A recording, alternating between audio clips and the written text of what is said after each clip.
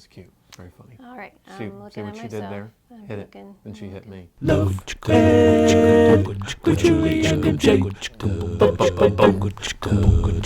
When it comes to relationships, do you know what you want, what you really, really want? We're going to tell you what you want, what you really, really want. We're talking about intimacy today on Love Ed with Julie and MJ. And by intimacy, we do not mean sex. Nope. Sex is not as big a deal as intimacy. In fact, equating intimacy with sex would be like equating food with dessert. Sex is a type of intimacy, just like dessert is a type of food, but you can't maintain a strong, healthy body only by eating dessert, of course. One of my least favorite food facts. And just like you can't maintain that strong, healthy body only on dessert, you can't maintain a healthy soul just with sexual intimacy. And that is a truth many people learn the hard way.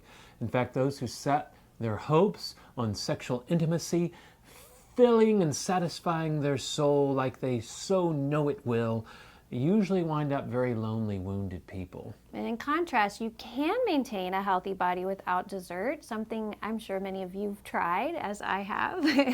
And you can maintain a healthy soul without ever having sex. What? Yes, that is so true. In fact, please let me repeat again. You are able to. It is a possibility to maintain a healthy soul without any sexual intimacy at all. However, if you never know the kind of intimacy that we're going to describe today on Love Ed, you will walk around this planet with a very hollow, aching soul. True intimacy is described in the love chapter of the Bible, 1 Corinthians 13. Ah, yes, the scripture referenced at almost every single wedding kicks off by poetically declaring the preeminence of love. If I speak in the tongues of men and of angels, but have not love, I am only a resounding gong, a clanging cymbal. Then it goes on to specifically describe love. Love is patient.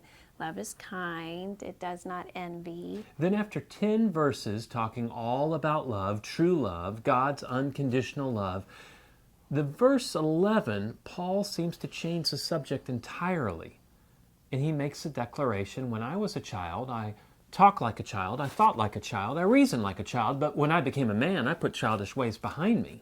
And I've often wondered what those verses have to do with earlier in the chapter, their description of love. Yeah, well, me too, but I think that's largely because we have grown up in a culture where the most loving thing that you could say is not be patient and kind and don't envy and don't boast, but I just want you to be happy.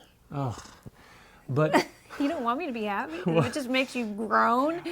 But I think true love, real love, looks you in the eye and says, I just want you to be holy. I want you to grow up.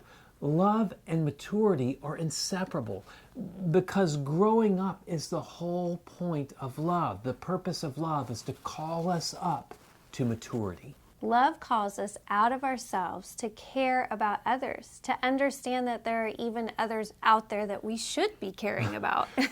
Which is kind of hard for this only child to grasp. But Paul doesn't stop there. After verse 11, he goes on to say, now I see dimly as in a mirror, but then I shall see face to face. Now I know in part, but then I shall know fully, even as I am fully known. So he doesn't call us to grow up just to grow up, and he doesn't call us to grow up because our immature habits and character traits irritate him. No, that might be the case for our parents or teachers, but not God. He calls us to grow up so that we can experience the intimacy that only mature people can experience. No, I'm not talking about sex. We're talking about relational, emotional intimacy. Yes, that's it. That is intimacy. To know and be known fully, deeply, closely by the important people in our lives. That is what our heart yearns for. Then what keeps us from pursuing that kind of intimacy? Intimacy imposters. Which are? Other relational needs that we either seek out or settle for other than intimacy. Which are? something that we'll talk about next week. But for now, we invite you to check out the links below this video. Mike has already written quite a bit about intimacy and the intimacy imposters on our DNA blog. By DNA, Julie's referring to our written date night advice blog. Or DNA for short. We can only go so deep in these Love Ed videos, but our DNA blog will give you more meat to chew on. If you want to put childish ways behind you, you have to eat your meat. If you don't eat your meat, you can't have any pudding. How can you have any pudding if you don't eat your meat? So read the recommended DNA posts below and then share your thoughts and questions in our comment section. And if you want to take it up to 11, invite a friend or two to join you. That way you can discuss the insights you have, any questions that the study inspires. So go on ahead and share this video with those friends and look below for this week's recommended DNA readings. Then join us again for more episodes of Love Ed with Julie and MJ. Love Ed with Julie and MJ.